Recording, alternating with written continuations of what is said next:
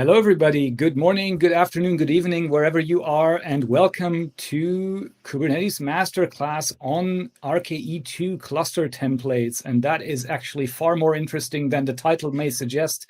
Cluster templates are an incredibly powerful tool in Rancher, and I am pleased to have Bastian Hoffmann with me, who is a true expert on Rancher in general and on RKE2 cluster templates in particular.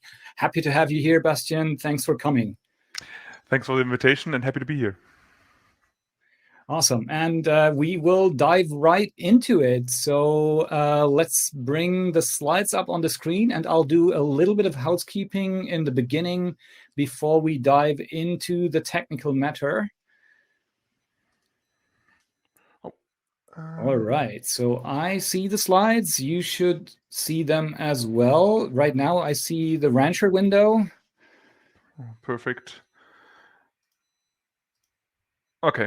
All right, here's the deck. All right, RKE2 cluster templates. Let's have a look at the first slide and let's get the housekeeping out of the way.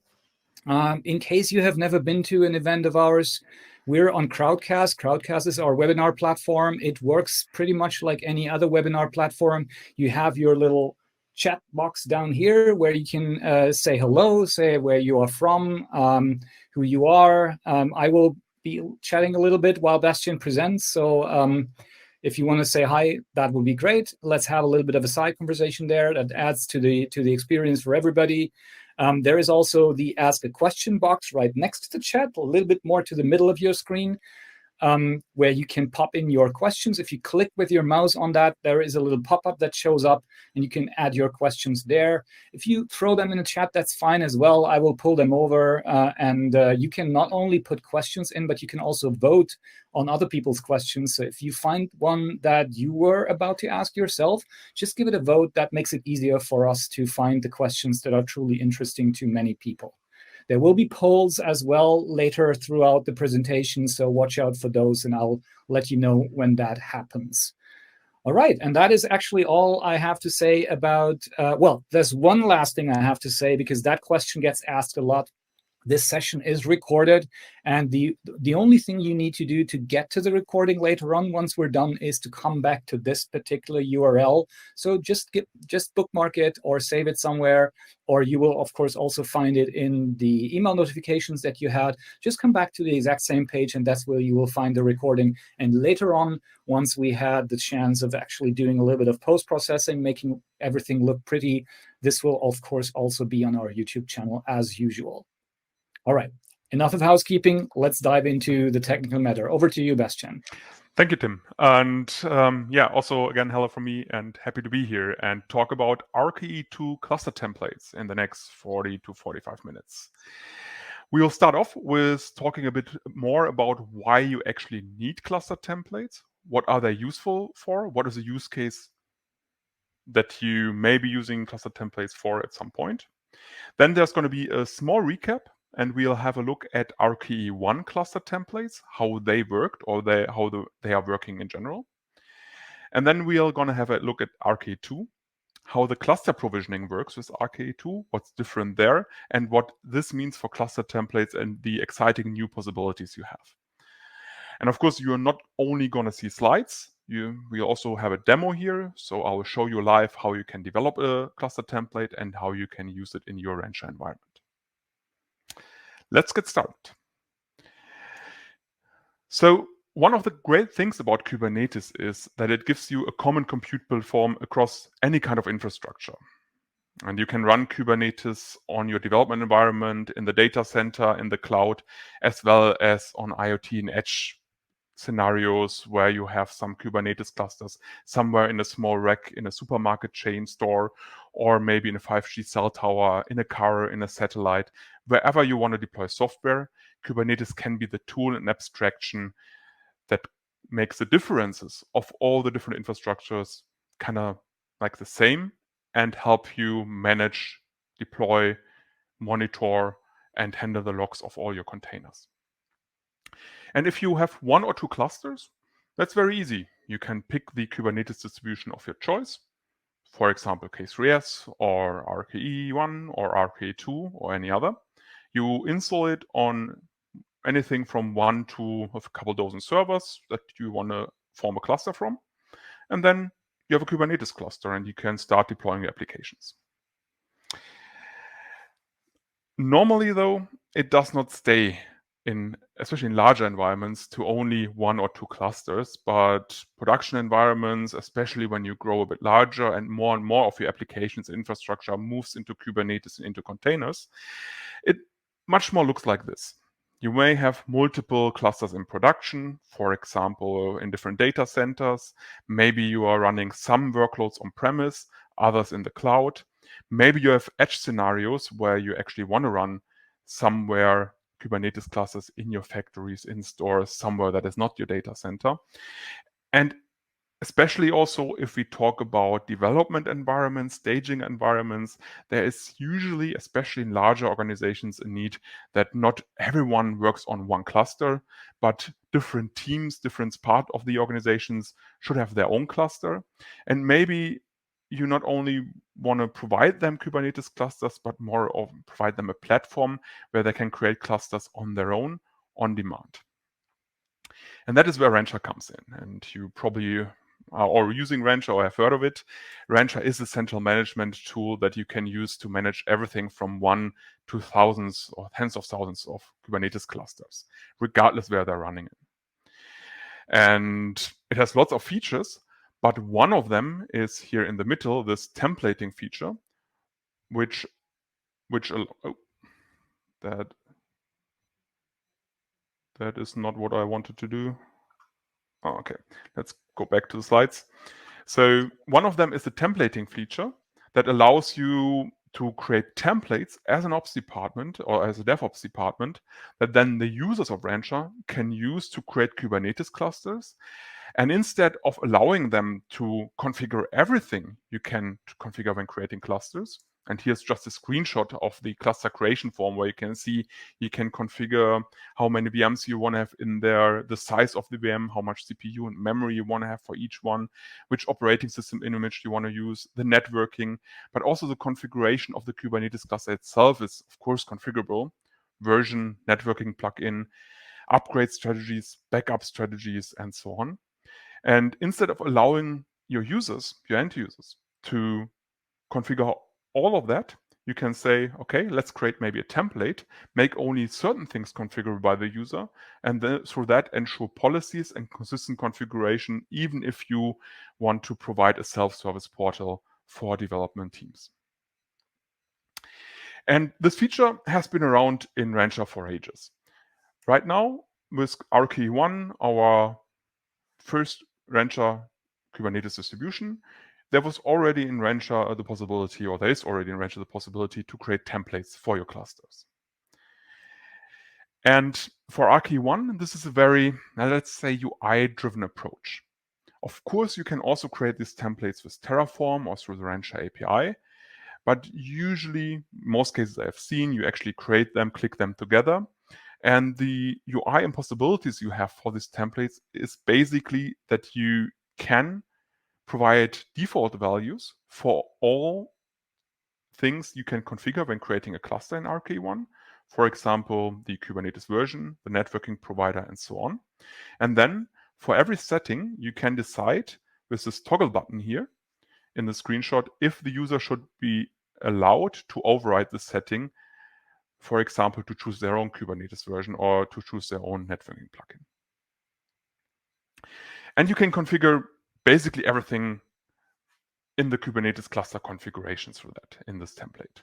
The Kubernetes version itself and the complete configuration that is possible when configuring creating a cluster, like CNI plugin and networking settings, backup and upgrade strategies, pod security policies, cloud provider integrations, private registries for air-gapped setups, ingress controller settings, secrets encryption, CSI scanning, and all other Kubernetes configuration options that there are.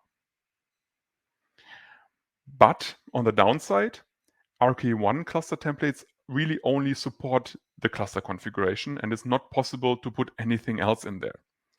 It's, for example, not possible in an RKE1 cluster template to also pre-configure the node pools of the cluster to limit that down. or directly to configure role-based access control settings to configure centrally when a new cluster is created, which users and groups should automatically have access to it or not. And also, when making parts of the template configurable by the end user, the only choice you have is to make a setting either configurable or not configurable. So very just on and off. There is no way to say, okay, make it configurable and only allow these 3 values instead of 10 different values. That is not in there. On the upside, the RKE1 cluster templates support versioning. So you can create version 1 of your template. Users can start creating clusters from this template. And at some point when you want to make a change, you can publish a new version of the template and then cluster by cluster, if you want to, upgrade the existing clusters to the new version of the template. So that's already in there. Let's talk about RKE2 a bit. RKE2 is our next generation Kubernetes distribution. We basically took all the good things from RKE1 and made them better. That doesn't mean that RKE1 is going away. Not by far. RKE1 is going to continue to being supported. There's new versions coming out. So if you're using RKE1, that's fine. You can continue to use it. But maybe you want to have a look at RKE2. Similar to RKE1, the version 2 of RKE is also a 100% upstream Kubernetes distribution. That means it's fully certified by the Cloud Native Computing Foundation to be standard compliant, and everything works as you would expect a Kubernetes cluster to work. It's also easy to install, easy to upgrade, and supports zero downtime upgrades. It has a direct support for backups and disaster recovery inside of that, because that's important if you want to run something in production. Of course, it also supports air-gapped installations where you don't have any internet access, or if you only have internet access through HTTP proxies. And on top of the Kubernetes, it contains all the necessary add-ons you would expect in a Kubernetes cluster. A choice of CNI plugins, an ingress controller, internal DNS service, and so on. What is different now with RKE2? It's even faster and easier to install.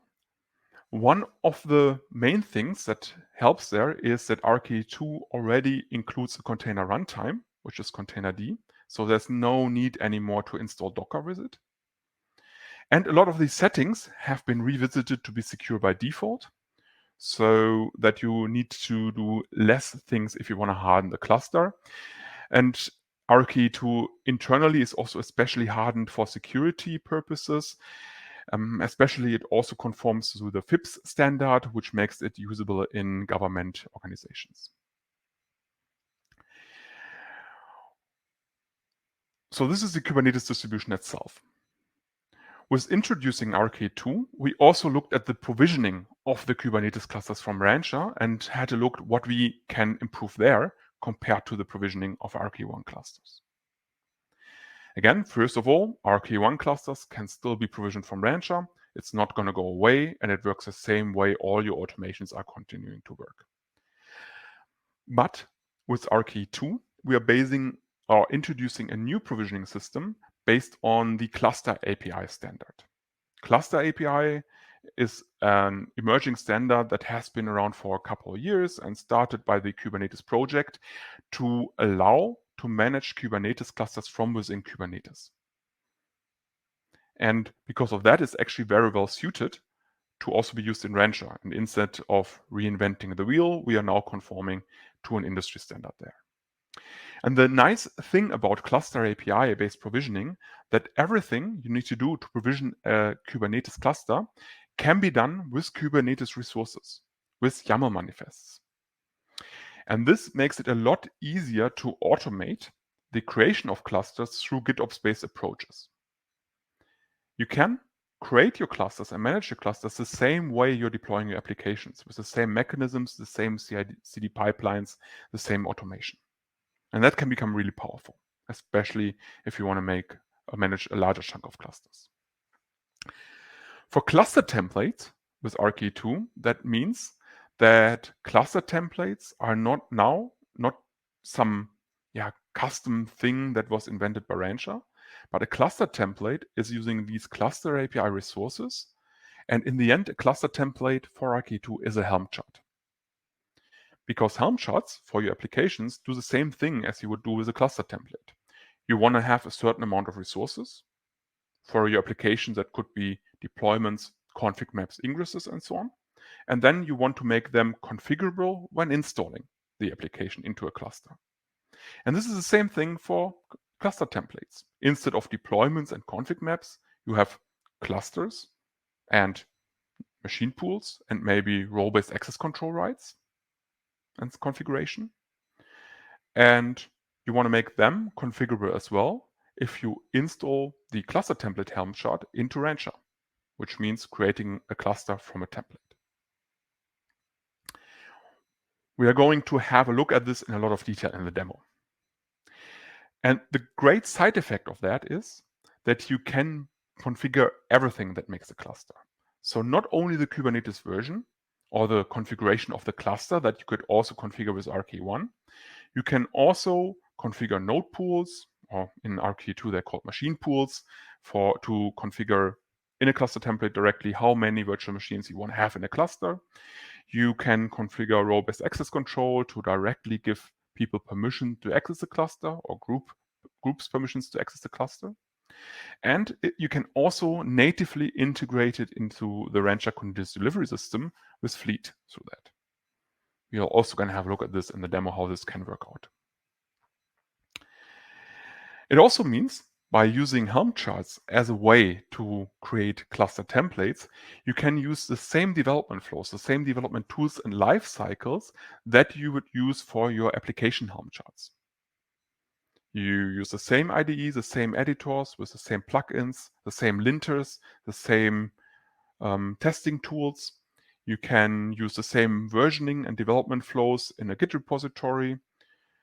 Versioning of the cluster templates itself is done just through Helm chart versions. So if you want to provide a new version, just package a new Helm chart version. And you can also host these Helm charts for cluster templates the same way, either through a Git or a Helm HTTP-based repository. It also gives you, by using Helm, a lot more possibilities to customize these cluster templates through the Helm values. So instead of just saying, make this one customizable or not, you can also provide a list of possible values. You can have validators in there and additional logic. And as I said, it can contain a lot more than just the cluster resources, but everything else that is a YAML manifest.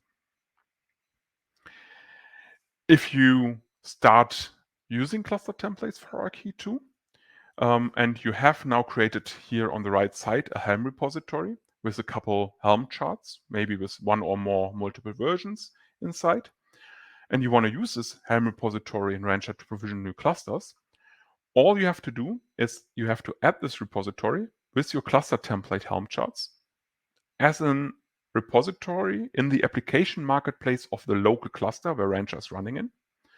And as soon as you did this, you will then have an additional UI element in the cluster creation form, which allows you to use this cluster templates to create a new cluster. It's that easy. I would say, let's have a look and let's switch to the demo.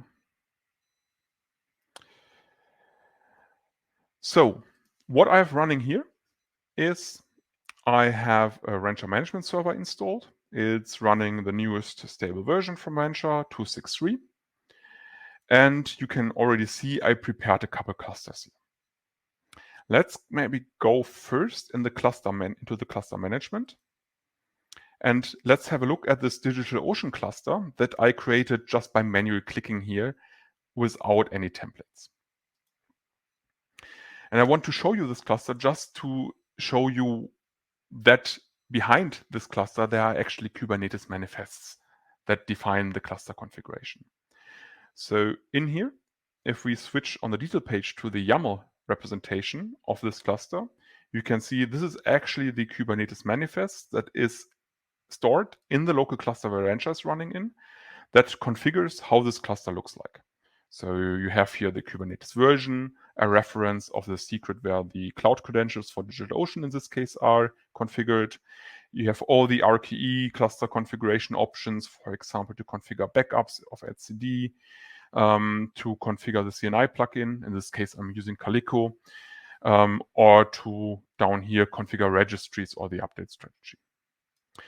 In there, you also have the configuration of the machine pools that this cluster consists of. So in my cluster, I have 2 machine pools, one for control plane on nets and etcd with 3 VMs, and one for worker nodes with 2 VMs. And these machine pools here, they are referencing DigitalOcean config manifests. And in this DigitalOcean config manifests is then the cloud provider specific DigitalOcean configuration for this machine pool configured. We also can have a look how these objects look like by going back to the detail page. And then there is a handy related resources button here. And if you scroll down a bit and have a look for the DigitalOcean configurations, here they are. And if we click on one, we can see also the complete object, and we can see that this DigitalOcean configuration is using an Ubuntu 2004 image. It is not using private networking. It's creating VMs in the Frankfurt region of DigitalOcean, and it's using the 2 vCPU 4 GB of RAM size. For DigitalOcean, it's actually very simple because they don't allow so much customizations. For AWS or vSphere, for example, that would look a bit different and you would have more configuration options here. Let's maybe go back to the cluster management. I want to show you one other resource that can also be interesting. Next to the configuration of the cluster and the configuration of the machine pools, there's also a cluster member object here that is also related to the cluster, which configures role-based access control. So with this object, which is also a Kubernetes resource, you can say, okay, this user or this group should have this access in the attached cluster. So also that could be then included and created through GitOps-based approaches or with cluster templates. So one way to get started with developing cluster templates is maybe click together the cluster as you want to have it with the standard settings you want to have. Look at the resources, copy them out, and then just make the one settings that you want to make configurable. And let's do this maybe. To add cluster templates now to Rancher, I need a Helm chart repository. And Helm chart repositories in Rancher can be either just plain Git repositories or HTTP-based Helm chart repositories. In my use case, I'm using an HTTP-based Helm chart repository that is automatically built on a GitHub repository. And this is an example here. So this Git repository that I prepared has 2 branches, a main branch with all the source code and a GH pages branch, which creates GitHub pages, which is basically an HTTP server that then hosts my Helm chart repository. And a Helm chart repository in the end is just an index YAML file that is provided over HTTP on a web server. And this then has a list of all available Helm charts in the repository. So I have 2 templates here already prepared. And the versions that each one of these templates provides. So for example, for this AWS template that I prepared, I already have 2 versions, 0.10 and 0.20. And then for each one of those, there's some metadata like the name, an icon, a description, and most importantly, a URL where Helm in the end, and through that also Rancher, can download the Helm chart. So this is what a Helm repository looks like. And what I'm doing here in this Git repository, let's go back to something that actually exists. What I'm doing in my Git repository here, I have a couple things like a README in here. I then have a directory called charts, which contain all my Helm charts, the 2 that I prepared for AWS and Equinix. And then in here, I have a nice GitHub action flow that runs on every push to the main branch. If it checks out the branch, sets up a GitHub user, installs Helm, and then it runs a nice Helm chart releaser action. And what this action is actually doing, it, without any configuration, this is all done by convention, you could override the default so, it looks at the charts directory, it checks which Helm charts have had changes in there. If they had changes, it builds a new release for each Helm chart. A release is basically packaging the whole Helm chart as a tar file. It's then, after packaging it as a tar file, creating a GitHub release for this. So we can also have a look in here, and we can see under releases that I have multiple releases for the multiple Helm chart versions, and I have the packaged Helm chart in here. And after that, it automatically also checks out the GH pages branch and updates the index YAML in there. So very handy feature of GitHub to allow us to easily manage Helm repositories. And I'm doing here one additional thing. I'm afterwards checking out the GH pages branch manually and setting up and installing Go in my pipeline. And then I'm using the Helm repo HTML tool to also create me a nice index HTML file based on this index YAML file, so that I can also go to the URL of the GitHub pages and I have a nice HTML overview. This is just for convenience. And once I have this repository set up, so this here is my Helm chart repository URL, and if we check the index YAML file, you can see this is a YAML file that is actually coming from GitHub from the web server. I can take this URL, go to Rancher, go to the local cluster. I can go then to the application marketplace of the local cluster, to my repositories, and I can add this as a cluster repository or application marketplace repository in here. So I created this already beforehand. I added here this as an HTTP URL. Alternatively, of course, I could also reference a GitHub repository or a Git repository directly and let it look for Helm charts in a certain branch.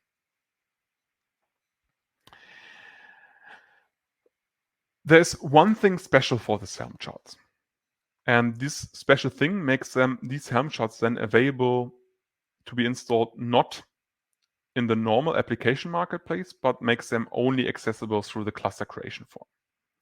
And we're going to have a look how this Helm charts for cluster templates looks now next. Because let's switch to an IDE. And here I have a local clone of this repository.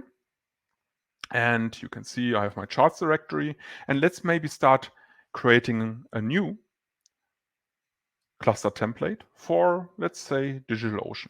So I'm going to create a new directory here called Rancher DO cluster template, ideally without making any typos. And if you don't know Helm charts, they are basically just templating of YAML templates. Each Helm chart has, first of all, one metadata file.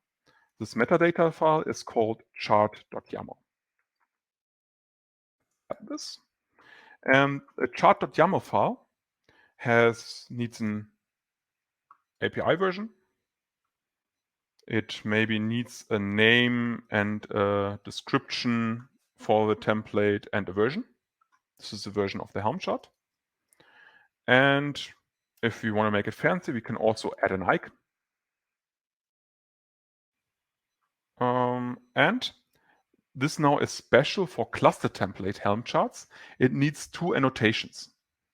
And these annotations need to be added.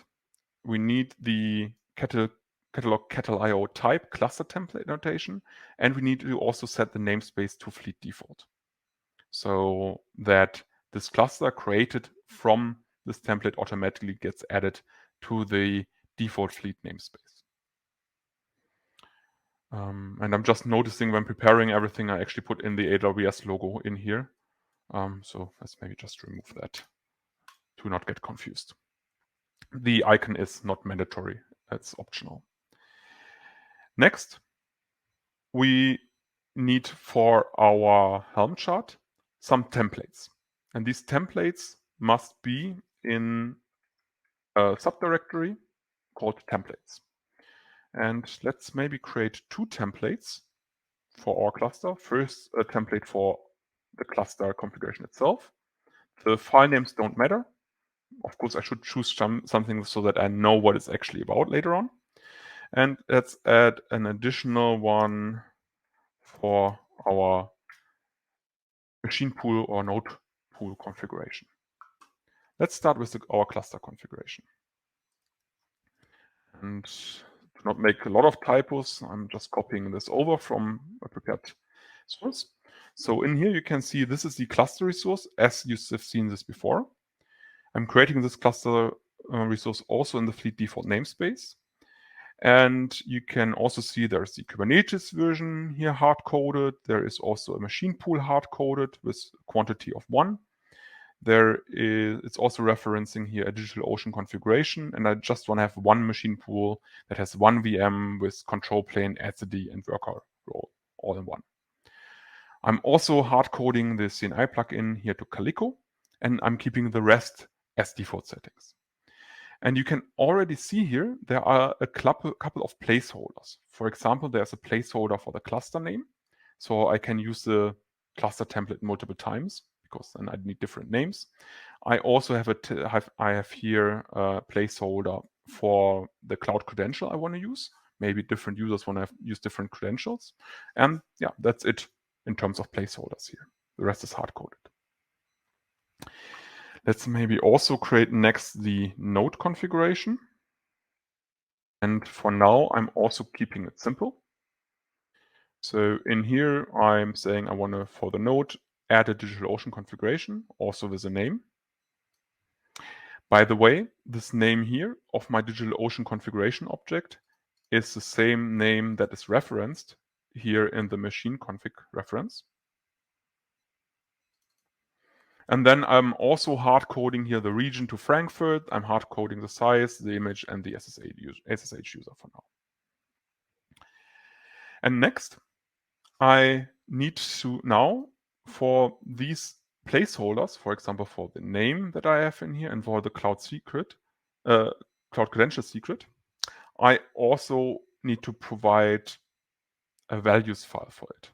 So if you are not that familiar with Helm, a values file is the configuration of this Helm chart that then puts values into the placeholders in the templates. And each Helm chart should contain a default values file with the default values for our templates. So in this case, I'm making the name configurable here, and I'm setting this as default to do -cluster. And I'm also making the cloud credential secret name configurable, and the default is empty because I don't know yet what people want to put in there. And this cluster name here is referenced in here, cluster.name. And this cloud credential secret name is referenced somewhere, here in values cloud credential secret name. And the last thing I may want to add for our Helm chart, it will already work like this, but maybe you can make this a bit nicer and also tell Rancher a bit how it actually should render a form for this values that we can configure here. By default, if we just add it like this, Rancher will just give us a YAML editor that will basically make these two values configurable. But we can give Rancher additional information by saying how this form should be rendered to not only have a values editor, but actually a nice form to choose from. And we can do this in Rancher or by adding a questions YAML file to our Helm chart. So this is now a bit Rancher specific. Works the same way for cluster templates as it would work for application Helm charts. And this questions YAML file, it's also documented in the documentation, of course, But the questions YAML file gets a list of questions objects, and each question object is one form field. For example, here I have a string form field for cluster.name, which is this one, cluster.name. I can also put in a nice label, a nice description. I can also make this required so that it should be filled out. And I can group multiple questions also together to not have one long form, but maybe multiple subsections. And the second input field is for our cloud credential secret name. And here there's actually a special type, a cloud credential type, that will give us just a list of the available cloud credentials for the logged in user. So that I don't have to type in the secret name, I can just choose it later on from a drop-down. Okay, let's double check that I did everything correctly. I added the name. This one is also unique, a version. I added a cluster configuration, node configuration, values, read. Yeah. So let's maybe take this and commit this. Oops. This is okay. Interesting. So add DigitalOcean template. So I'm going to push this now to GitHub. Let's maybe switch back to the browser, and we can now check GitHub, and we should see that the new commit arrived. There is now a GitHub action running. So let's maybe have a look at the details at that. So this is now running my GitHub Actions workflow. It was very fast. Here, for example, with the chart releaser, it found out that there is no changes to the AWS one, but for the DigitalOcean one, there's actually a change. So it built a new release and then also updated the index YAML in here and published this to the GitHub pages. And then it also updated the index HTML and so on. So when we go back to our repository, let's wait maybe in the actions. Now this is something that is GitHub specific. It's now building the page and actually deploying it to an internal web server. So this is what GitHub automatically gives me because of using GitHub pages. And once this is deployed and done, we can check first of all here our template HTML file. And you can see there is now a new DigitalOcean cluster template available. And if we go back to Rancher, we can maybe go to the repository once and force it to refresh. It will usually refresh every minute or so, but I just want to make sure that we don't have to wait for it. And now, if we go to cluster management and we say we want to create a new cluster, we can see our DigitalOcean template is now available here at the top to create a new cluster from. You can also see the AWS and Equinix templates that I prepared beforehand. They are already in here. So let's create a new cluster from it. And because we configured the questions YAML file, we can now configure a name. Let's maybe change it. And we can also choose our cloud credential for DigitalOcean in here so that we actually can provision VMs. The rest I can't configure. So this is all I can configure for my cluster because the rest is hard-coded inside of the template. And if we click now install,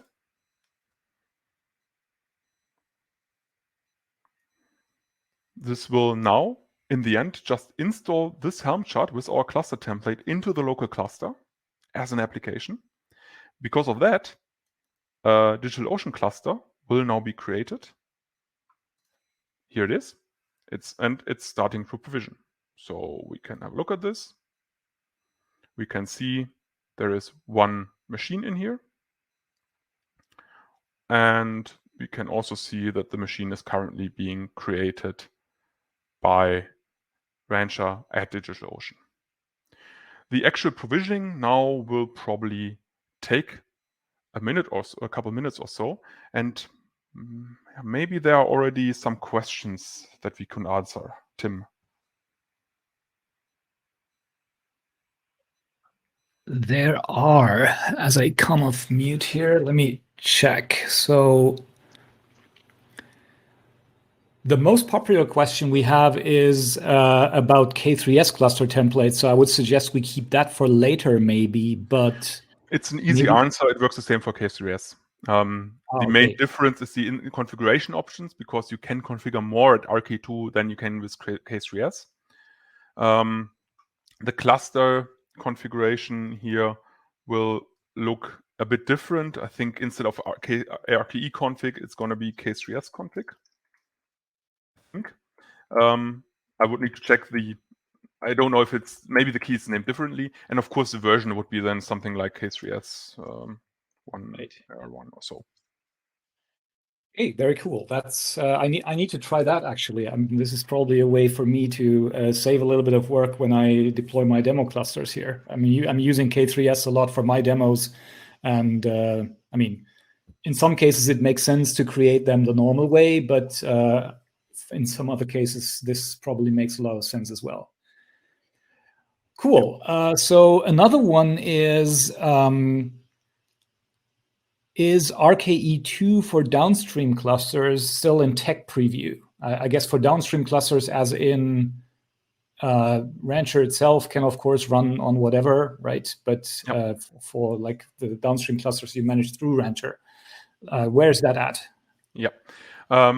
Very good question. So first of all, just so that there are no misunderstandings, RKE2, the distribution itself, is stable and generally available and is in support. What is tech preview at the moment, and you can also see this when you click create here, that there are some tech preview icons everywhere, is the provisioning of clusters RKE2 or K3s directly from Rancher. And this is targeted to be marked stable and become stable with the next Rancher version 2.6.4, which should arrive in the next weeks. If that doesn't happen, please don't shoot the messenger. This is February 22nd current status that I know of. Yeah, right. Things are sometimes a little dynamic, right? But I guess if we're just a couple of weeks away from the release, most of the time the release scope is relatively stable. It's maybe more a question of when the release actually happens, right? Correct. But we'll see. But soon is maybe the best answer. And yeah. Right. Okay, so let's see, what else do we have?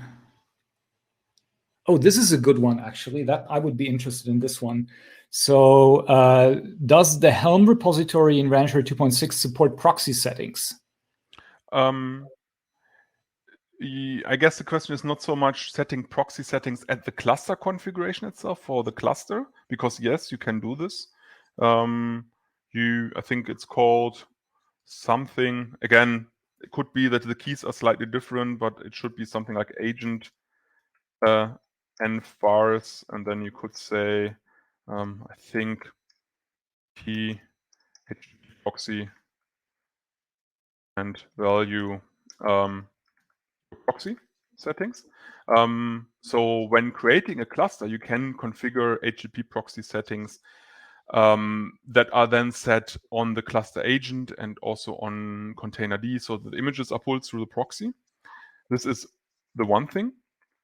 The second thing is, and that maybe the question that was asked, is if I configure repository inside of the local cluster here, and maybe in the application marketplace, and this then contains here, for example, cluster templates. And if now Rancher would need to download, of course, and connect to this repository here on this URL, and it could be that you also need a proxy between Rancher and this repository here. I think that's how I understood it. That's most likely it, I would say. And you can see here in the repository settings itself, you can't configure it. You can only configure authentication settings. So that's possible for private repositories. But since Rancher will download this repository, it should just take the repository the HTTP proxy settings that you can that you can configure when installing Rancher. So when installing Rancher, there's a Helm value, HTTP proxy, and no proxy. You can configure that, and then this proxy is going to be used when interacting with remote repositories. So there's a global setting in Rancher that will be valid for all your Helm repositories. So if you forward, I mean, that's not a very likely scenario, but should you need different proxies for different Helm repos, that would be a bit tricky. But as long as it's the same one, you can do it, right?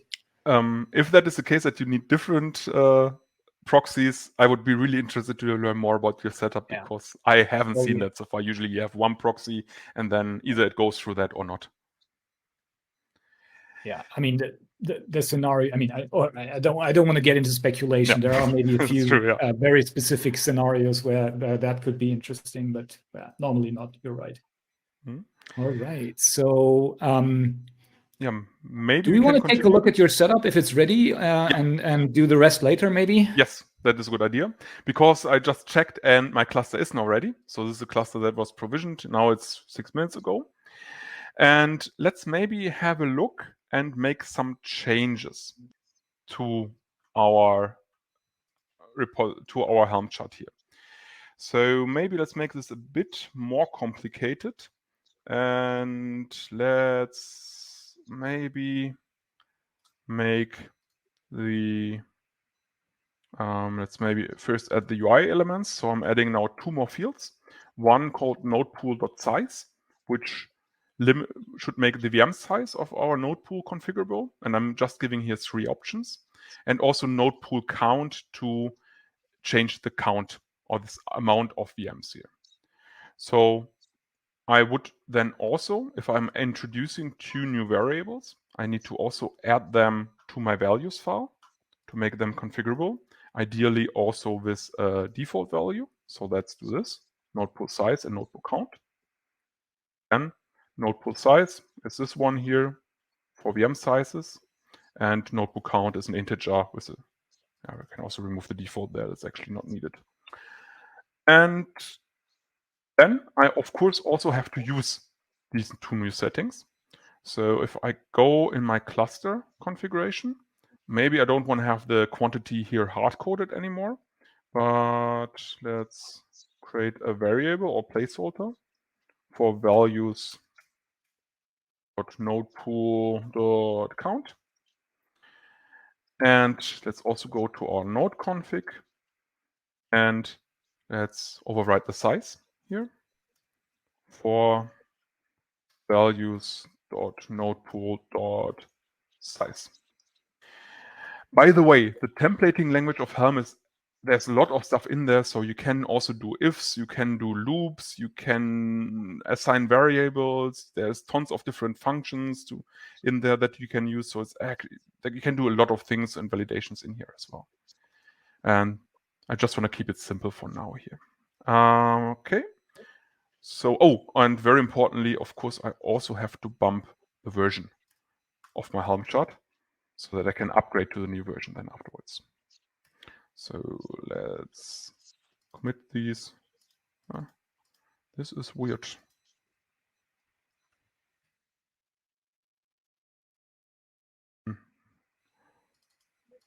Okay. I have no idea why I have to click 15 times until it actually gets the checkboxes, but doesn't matter. Let's commit and push this to GitHub. And let's go back to GitHub here. Let's check our action. So in here, there is now a new GitHub action run going through. That should now also discover that there is a new option called a new version 0.20 available for our DigitalOcean template. And it has already been released. Perfect. And now our GitHub actions run for building our pages is also running to deploy the new index YAML file, then also to the web server. And this one is also building and just waiting for a runner to be free. And the second flow here automatically comes from GitHub. I didn't have to set up anything for that. And just have to wait for this to be deployed.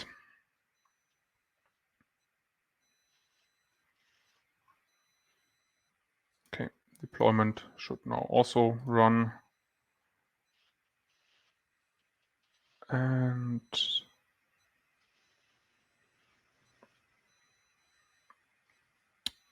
it's, yeah, okay, let's double check that it's really there. So we have now a version 0.2.0 available. Let's maybe also quickly enforce here so that we don't run into any timing issues by Rancher being too slow to update this. Let's force refresh this repository so it also downloaded this. And knows now that there's a second version for our cluster template. And now there is one thing that is a bit due to this feature still being in tech preview. One of the missing features why it's not stable and available yet in this current version. There is unfortunately currently no very easy way to go from this cluster detail page here, where I can see my cluster, to edit and upgrade my cluster to the newest template. When I click here, edit config, it tells me that it's managed by Helm and I should not change anything here because it will be overwritten anyways. I still can do changes. This is meant for emergencies where I really need to scale up, for example, and I don't want to go through the flow that you just saw. So for emergencies, if I have the permissions to do so, I can change this here, but it would be overwritten next time I upgrade to the templates anyways. So the best option to actually upgrade our cluster is, unfortunately at the moment, with this current version, which will change in the future, to go to our local cluster where Rancher is running in, to the application marketplace, and check the installed apps here. Let's do this in all namespaces. And you can see there is now an installed app for our DigitalOcean cluster template. And this one even tells us, hey, there is already a new version available. Maybe you want to upgrade this cluster. So again, not the nicest point and place, but on the other hand, you have here an overview over all your clusters that are created from templates, and you directly see you may want to upgrade them. And from here, I can say edit upgrade. I can now choose the version 0.2.0.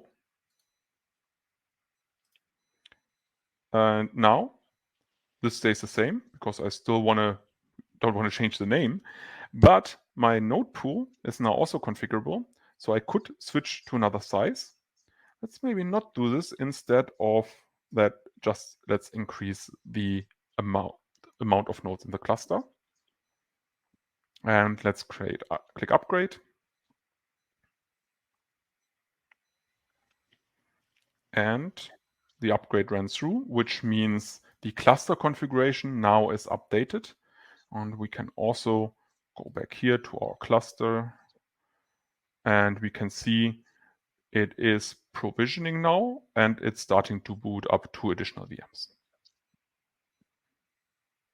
This will become a bit easier and in the future, so you will have something of an upgrade button or something like this in the UI in one of the next versions. But it's already now possible to also use the versioning to upgrade your clusters to a new version. And of course, you could change anything here, also the Kubernetes version or any other setting. And maybe as like one small last thing that I want to show you is how this can also connect nicely into Fleet. Because when we go here to our continuous delivery section, I prepared something beforehand. I have all my clusters in here automatically. So my DigitalOcean cluster already that I created here became available here as well, 8 minutes ago or so.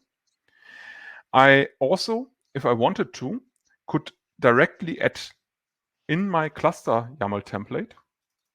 So in here, oops, no, in here, I could directly also add labels and annotations to my cluster to directly also, if I wanted to, put it into some cluster groups.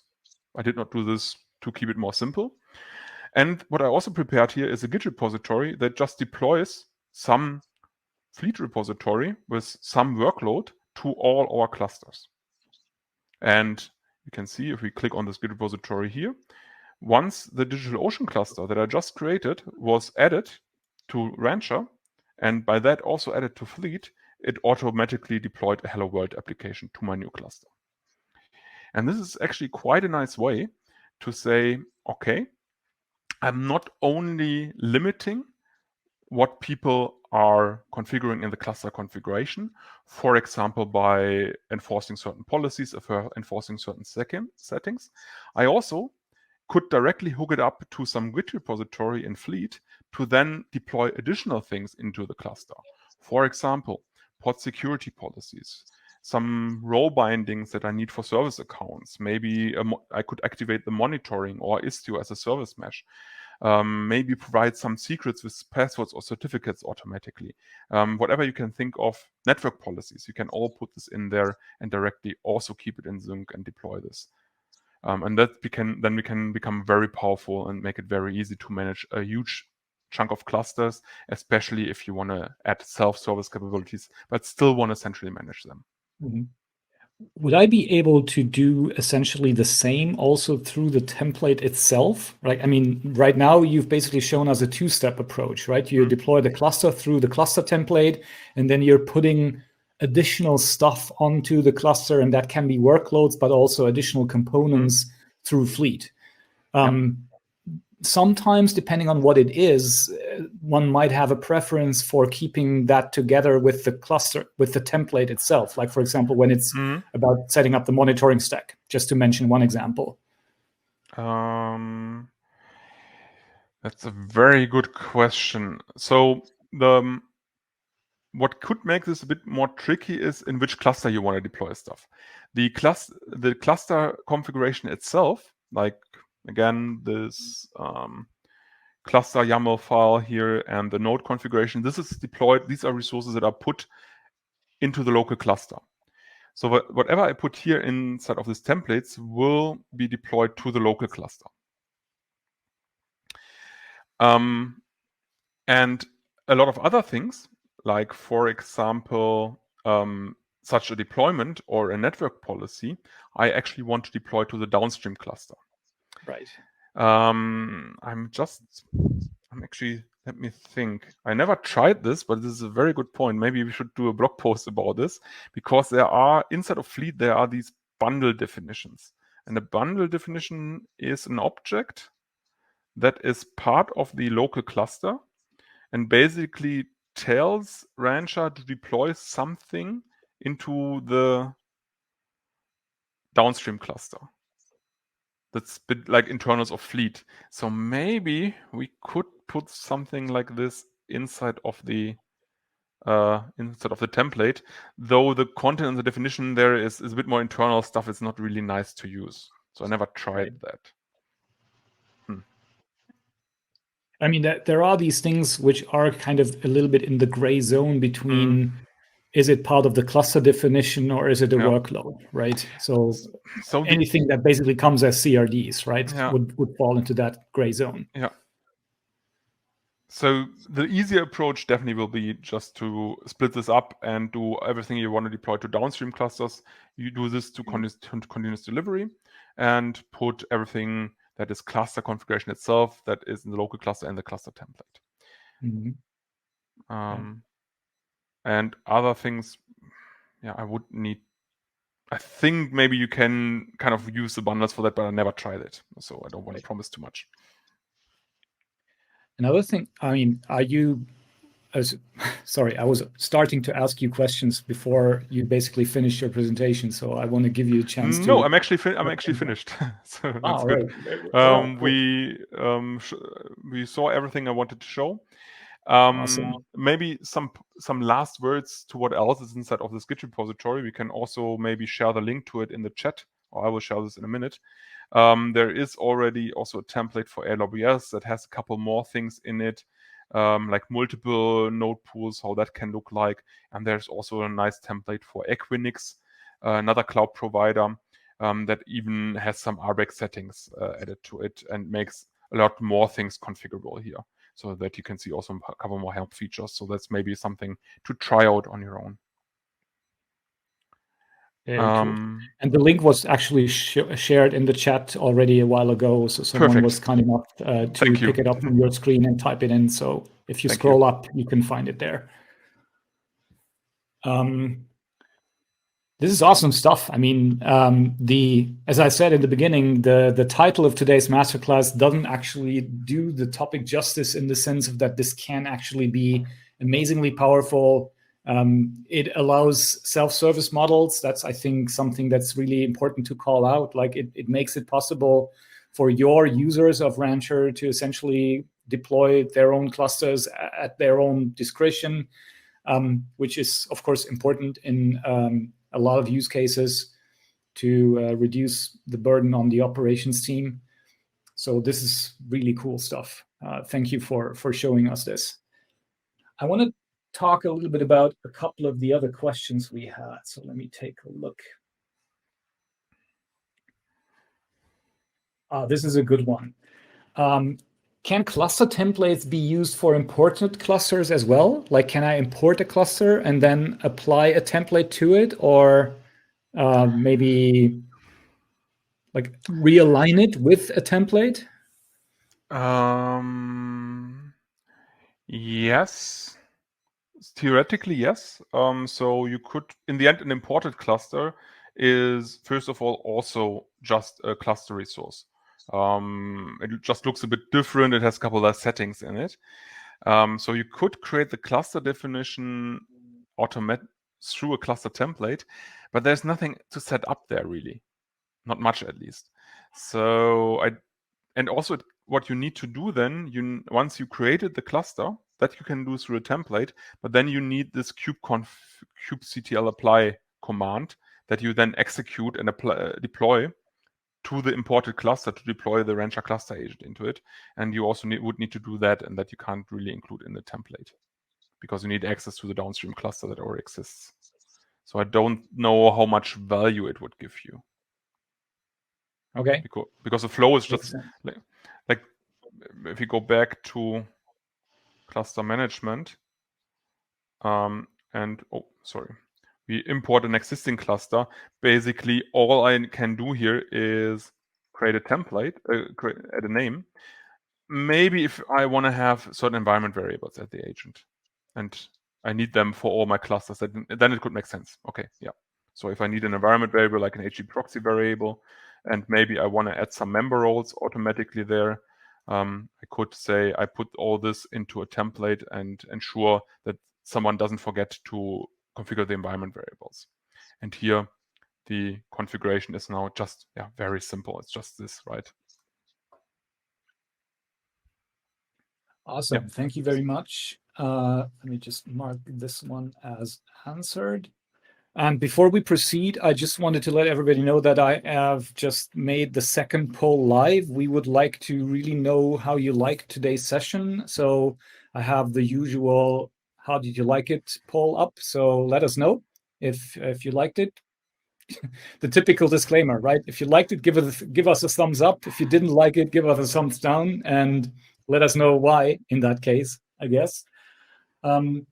But there are a few more questions, and we have a few more minutes, I guess. So, sure. There was one question about documentation, and I see Simon has already posted a link there. So we have documentation in the somewhere in the Rancher docs, right? And there is a link under the comment. Under the question. Let me pull up the documentation here. So here is here is documentation on cluster templates. There is also an example repository that also linked from here that also has lots of examples in there with different things for different cloud providers. And there's also information on the additional things you need on a Helm chart, like, for example, adding this cluster template annotation in here and then how to add this and where. Yeah. Excellent. All right, let me take this one off. So another really good one is So this is so is this basically pure upstream technology, or is this based on things that we have added? I mean, this is essentially Rancher functionality, right? The cluster template, that's a CRD that comes with Rancher, right? Yeah, yes and no. So we're using maybe it comes down a bit to using cluster API. Under the hood, we are using cluster API. So, for example, these machine deployments, machine sets, machines, these are all cluster API things we're using under the hood. So other tools that also use cluster API, like autoscalers, can directly interact with it. The one exception is this cluster object and the machine pool object. We have a wraparound cluster API to simplify it a bit more, because cluster API itself is like 5 resources or 10 resources or something. You need something ridiculous. So we're making it a bit simpler, but you could also directly use cluster API under the hood. Of course, there's Rancher specific stuff in there, like the application marketplace technology is based on Helm, but there is Rancher that orchestrates all of that. There's the Rancher UI that you can then render such a nice template and makes the cluster provisioning work. That ties this all together. Yeah, so there is, of course, some custom Rancher stuff around that. The Helm chart itself is just Helm. So I could also, maybe that's an interesting point here, or maybe the question goes to that. I could also install our Helm charts that we have in here just with the Helm CLI. So I can take the Helm CLI, install the Helm chart into the local cluster of Rancher, and it will just do the same as if I would create this cluster through the UI. Right, and that's, I think, one of the cool things with the approach that we in the meantime have, that everything is cluster resources under the hood, that you basically can do kubectl with them as well if you like to. Sure. And you can look at them and also learn something about how cluster API works, right? That's also an interesting way of doing it, right? Rancher gives you the convenience. You don't have to like write them from scratch, but you can still look at them and understand how everything works. Cool, thank you very much. Let's see, how much more do we have? I'm just trying to decide whether we go through everything or whether we call it a day here. I think we will call it a day here because we are already over time. We didn't manage to get to all your questions, but this is actually a nice segue for me to invite you to come to our community, because we can, of course, continue the conversation there. There's a little green button down here at the bottom of your screen. If you click on that, if you're not already a member of our community, that is the way you can do it. Oh, and Bastian has a slide on that as well. Thank you very much. So you can also find our community under community.suse.com. And Bastian is there. I am there. A lot of other people from SUSE and Rancher are there to help you with whatever question you might have. You can also find our events calendar there if you want to know what other masterclasses and meetups and other things we have coming up. And you can also find our Rancher Academy there if you want to do a little bit of training. If this has motivated you to go deeper into Rancher, we have a course on Rancher in there. We have a course on K3s in there. So lots of reasons to join. And with that, I think we're done, right? Yeah. So thank you very much, Bastian. This was super interesting also for me. I've learned a lot. I have a hunch that our people liked it. So thanks everybody for coming. Thanks everybody for staying with us the entire hour. So let's actually have a look at the poll. So I think the poll pretty much speaks its own language. We have the vast majority, over 95% of people say it was a great session. So kudos to you, Bastian. Well done. Thank you very much.